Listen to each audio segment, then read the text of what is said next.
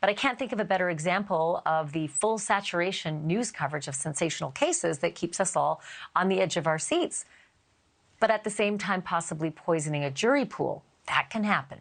Susan Constantine knows this well, because she's a jury consultant, she's a trial strategy expert, and not coincidentally, she's a human behavior expert. She's consulted on some of the biggest high-profile trials of our times, Jeffrey Epstein, Michael Jackson, among them. Susan, first let me just start off with the obvious question.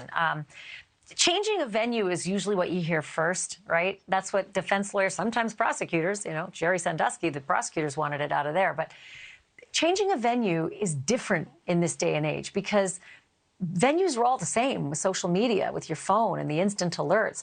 Is there such thing as a change of venue anymore?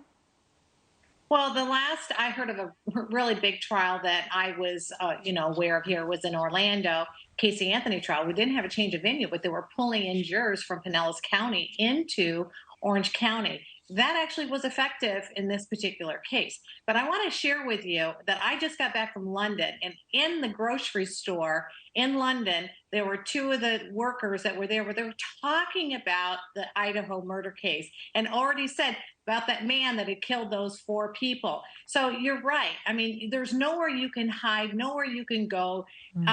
Everyone's heard of it, no matter where they're at. We're a global universe. The World Wide Web makes you feel like you know the people next door.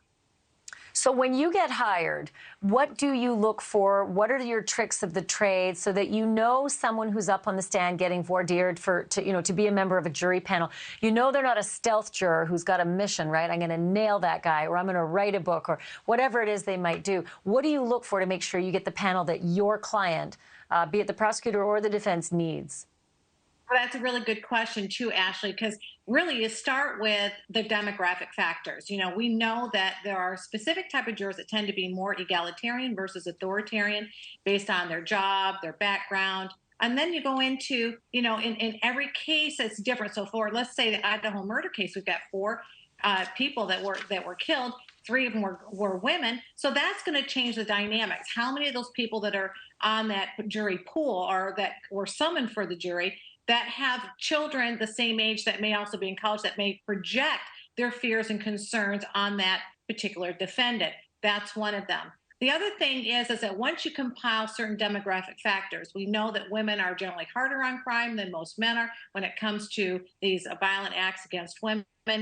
Even in sexual assault cases. And then in addition to that, then what I'm doing is I'm watching their responses. I want to find people that are really honest. When I say honest, I mean you could sense in their facial expressions, their warmth in their eyes, they want to be helpful, and they are easily to have a conversation with. So they're not really forcing it. And so you can tell that when you're reading facial expressions, because you can see it in the muscles in their face and what's firing. So I'm looking for contemptuous facial expressions.